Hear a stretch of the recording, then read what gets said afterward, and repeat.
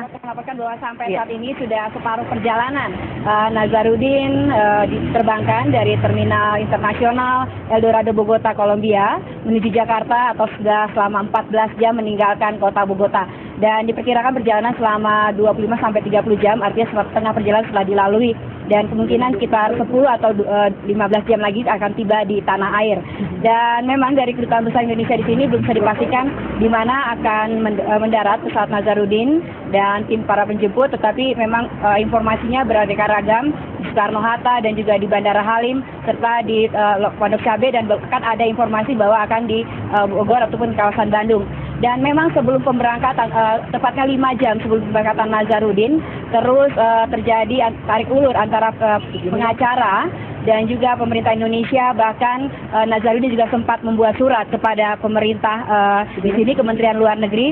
Mungkin bisa dilihat, ini adalah suratnya yang ditandatangani langsung oleh Nazarudin dengan sidik jarinya, meminta kepada Kementerian Luar Negeri di Kolombia ini ataupun di Bogota untuk memberikan suaka politik dengan perlindungan dan didampingi oleh pengacara hukumnya dari Bogota, yaitu pengacara ternama atau nomor 1 di Bogota ini, Alberardo Esmeralda. Dan tidak hanya ke Kementerian Luar Negeri di sini saja, tapi Nazarudin juga mengajukan suaka politik ke Kejaksaan Agung. Ini dengan berbahasa Spanyol, tapi dapat diterjemahkan kepada Kejaksaan Agung di sini.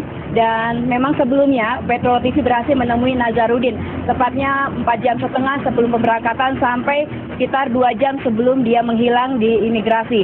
Dan dalam pertemuan tersebut Nazarudin mengatakan bahwa dia beberapa kali meminta kepada pihak imigrasi dan juga pemerintah Indonesia untuk bisa bertemu dengan pengacara, tetapi sampai pemberangkatan tidak bisa dikabulkan untuk berbicara banyak kepada pengacara. Dan hanya pada saat kebetulan saja ketika kami bersama tim pengacara datang ke imigrasi di Bandara Eldorado, di lantai 1 ternyata Nazarudin sedang di ruang tamu. Kemudian pengacara menanyakan apakah jadi ditandatangani, ternyata memang ditandatangani oleh Nazarudin. Dan semula memang terjadi beberapa informasi bahwa dengan ditandatanganinya hal tersebut dia akan mendapatkan hak politik, artinya pengacara dan juga Nazarudin berhak untuk tetap tinggal di Bogota menjalani proses hukum di sini dengan pemalsuan dokumen, di mana dia akan kenakan sanksi hukuman sebanyak sekitar 4 tahun. Tetapi kemudian setiap jam selalu berubah-ubah sampai akhirnya kami sendiri wartawan tidak mengetahui pasti pemberangkatannya, karena pada sampai pukul 3:30 waktu di Bogota ini terakhir kita masih melihat Nazarudin di bandara imigrasi.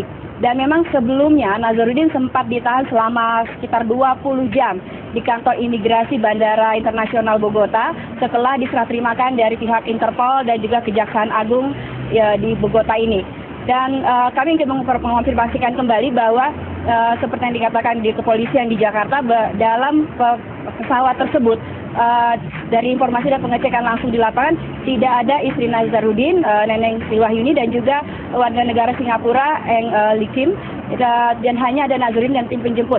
Bahkan memang ada simpang siur KBRI yang menemani ataupun mendampingi Nazarudin sampai ke Jakarta, tetapi akhirnya dibantah oleh wakil konsul dari Ambassador Indonesia di Bogota, Pak Made, bahwa tidak ada dari perwakilan KBRI yang ikut dalam pesawat tersebut.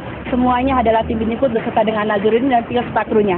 Demikian Sesi Alwi, laporan kami dari Bogota. Kembali ke Anda. Ya, terima kasih Desi Fitriani dari Bogota, Kolombia. Dan pemirsa, tuntas sudah segmen pilihan berita suara Anda. Saat lagi saya akan kembali juga akan membahas soal kepulangan Nazarudin dan pasca tibanya Nazarudin di tanah air.